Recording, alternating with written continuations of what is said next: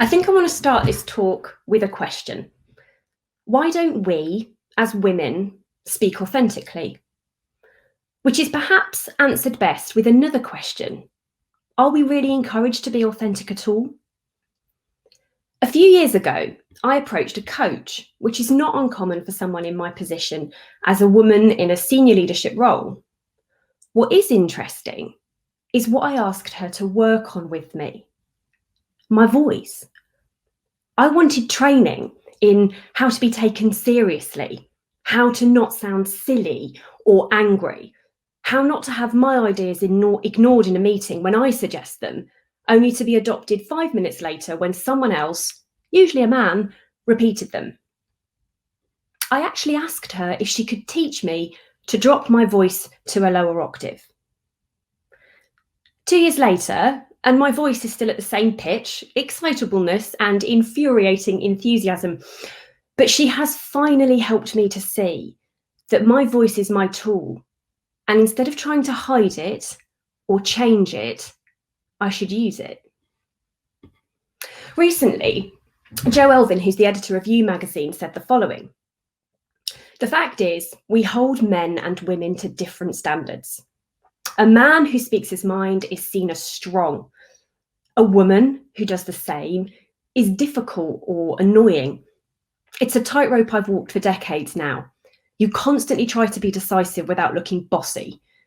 You work hard at keeping your emotions in check for fear of being branded hysterical."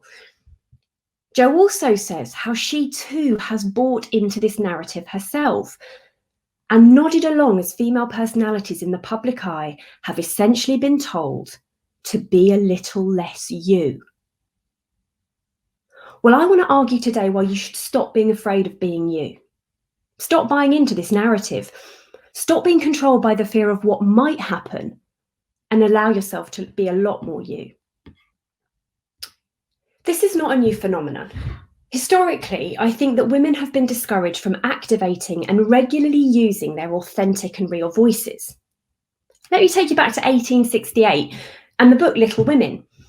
In chapter 8, Jo talks to her mother about how her anger overcomes her, and her mother's response is as follows: "I've been trying to cure it for 40 years and have only succeeded in controlling it. I'm angry nearly every day of my life, Jo, but I have learnt not to show it, and I still hope to learn not to feel it, though it may take me another 40 years to do so."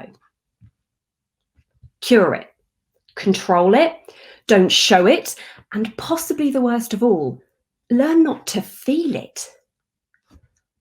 Ask yourself the question here: what if Jo's mother's anger is legitimate?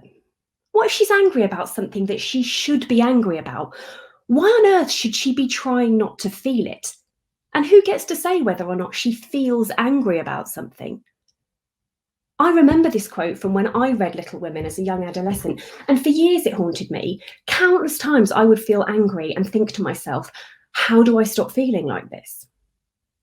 I would also say, using your precious time for over 40 years on something that is unachievable and, in my opinion, pointless is criminal. Let's stop wasting our time. There are far more important things that we could all be doing. Nell Scovell, who's a writer and director and producer in the US, said in an article for Oprah, "There were times I failed to keep my emotions in check. Frustration was the hardest to contain for me. I cry because I care, and I don't know how to stop caring." Why are we putting effort into trying to stop caring? When did caring become a bad thing? It's not something to be ashamed of, and it's not something we should be hiding. But how often have you hidden the hurt or pain you're feeling at a situation because it somehow feels wrong to show it? We have to ask why it feels wrong to do it, and what we're losing by not allowing emotion into the conversation and into the toolkit of how we work and interact with people. Nell Scovell also said, "We talk a lot about the pay gap, which needs to be fixed," and she's right, it does. But so does the emotion gap. Women are not allowed to be as authentic as men at work. So if we're hiding our real voices and we're not being authentic out of this fear of what people will think, why does it matter? Well, I think it matters because Our voices are what we use to tell our stories. And if our voices are not legitimate, then our stories are not legitimate either. And if our stories are not told, then our experiences simply do not exist. They're told through different voices, and they have no power. Stories and voices are powerful because when they're real and they contain emotions like pain or anger, they connect with people. If we don't use our authentic voices to tell our own stories, then we fail to connect with people. So let's take a look at when women have let these authentic voices come through, who faced down the fear of what might happen and done it anyway. In 2018, Hannah Gadsby's one-woman stand-up comedy show Nanette hit Netflix. This was the show that Hannah herself referred to as her quitting comedy. In it, she stopped telling jokes and instead she told unapologetic stories with truth and purpose. She stopped her own complicity in silencing her own stories and playing the game by the rules written by other people. Instead of laughing about her internal trauma and her experiences of physical assault and rape just to make the audience feel comfortable, she revealed her pain. Nanette is honest. It's truthful, it's angry, it's real, and it's emotional.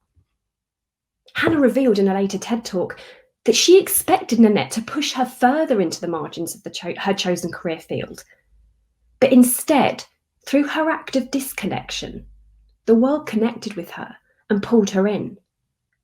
In Hannah's own words, quitting comedy launched her comedy career. In 2014, Renee Edo-Lodge published a blog on her website called Why I Am No Longer Talking to White People About Race.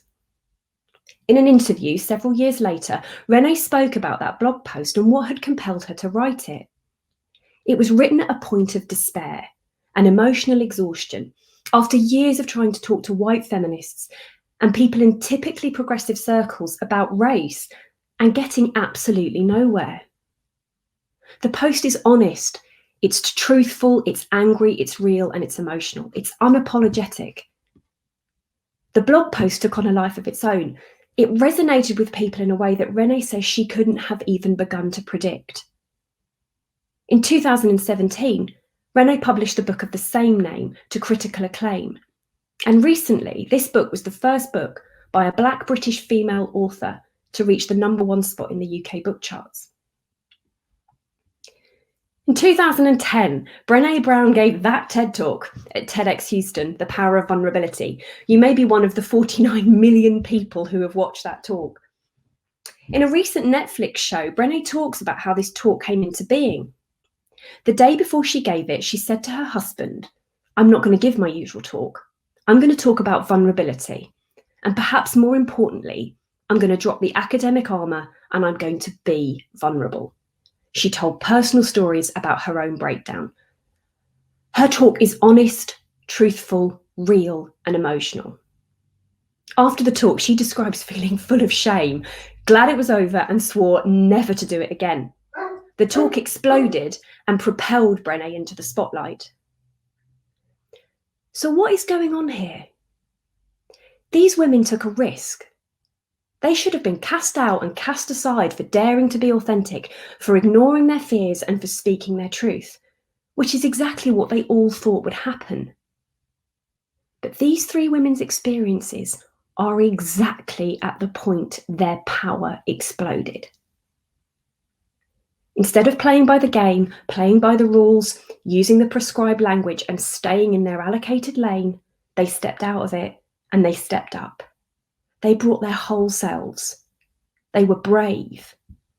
And it didn't end any of their careers. It launched them. Their ability to find their honest, truthful, real, angry, and emotional voices and use them, and to hell with the consequences, set them free.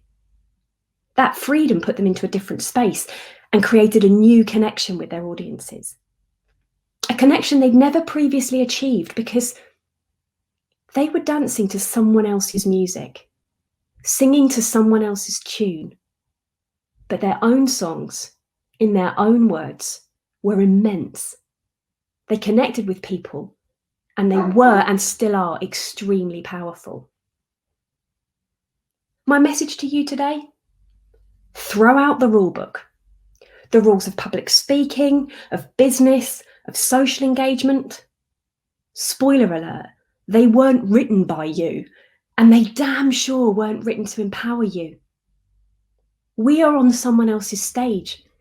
Conforming to these rules prevents our authentic voices from rising up and being heard. So break the rules, find your voice, and own your stage. Be honest and truthful, angry, real, and emotional. Don't follow the advice of Joe's mother and hide your voice and try to control it or not to feel in it. Tap into it and use it. And if you're sitting there thinking, yeah, I want to use my authentic voice, but I don't know what it is or where it is, the next time you are failing to be heard, failing to be taken seriously, or really truly listened to, think about what voice you're using to tell that story. Is it yours, or are you using the unempowering rulebook? Next time you feel something and stop yourself from expressing it because it might not be polite, or you're worried you'll be labelled bossy or aggressive or weak, there she is. That's your authentic voice screaming to be heard. Stop. Listen to her. If she's speaking your truth, then let her out. And just a word of caution to finish. Authentic female voices are powerful. They scare people because people aren't used to hearing them. And when people are scared, they lash out. Don't be surprised if using your authentic voice brings with it some unwanted backlash. Any woman who's used her voice in this way will be all too familiar with the reactions, which can range from an unpleasant smirk in a meeting to a death threat on social media. So be aware of this, but don't let it stop you. With enough of us all using our authentic voices, telling our stories our way, you won't be able to hear the trolls from behind our roar. Be honest, be truthful, be real, be angry, and be emotional. Be you. And as well as setting you free, it might just change the world for us all. Thank you.